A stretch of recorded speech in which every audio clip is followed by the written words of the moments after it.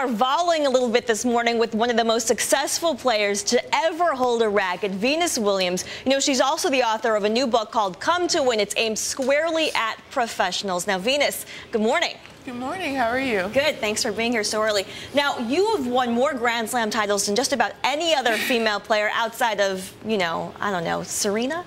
But tell me, why this book right now? You still are a very active player, so why the book right now? The book is really about lessons that you learn from sports, and just throughout my life, all the things that I've learned in sports, setting goals, you know, learning from losing, learning from winning, adjusting to setbacks, and all of that it's all in here, and it's about everyone else's experience who may not have played professional sports, like Condoleezza Rice or Vera Wang or Bill Clinton, and how they applied those lessons from sports and put them into their life, and a lot of them credit it to being where they are today. You know, speaking of turning opportunities, getting opportunities from losses, you know, Phil Knight, obviously the chairman of Nike, talked about that in one of the chapters in the book, how he was on the track team and talked about how he learned from losses when he was on the track team in Oregon. You had a loss very recently at Wimbledon in the quarterfinals. How do you turn that into an opportunity?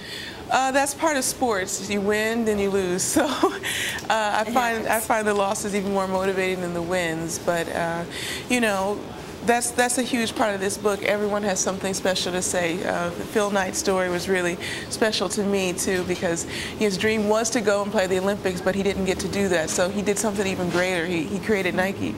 Some would say that you're closer to the end, you're a very young woman, closer to the end of your tennis career than you are to the beginning. You know, how many more Grand Slam titles would you like to win? Well, right now I'm at the top of the world in my game, so right now my focus isn't on when I'm going to end. My focus is on just playing the best that I can, and right now there's no end to that. Now, you also, you know, you have a very successful tennis career, but you also have a career off the court as an interior decorator. You also have a sports apparel line called 11.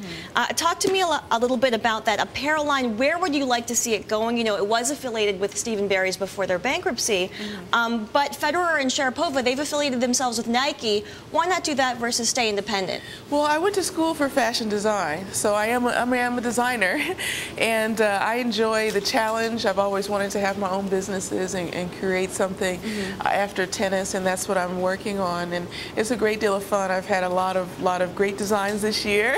I've seen some of those designs, those flesh-colored hot pants. Yes, yes, and I'm doing a lot of things off the court too. I have a design company called V-Star Interiors. Right. And, you know, of course, my dream is to work on commercial interiors, like, you know, let's say the Bloomberg offices or hotels. So keep me in mind. The right people there. Exactly. So do you foresee 11 staying independent versus, you know, partnering with the Nike or Reebok again?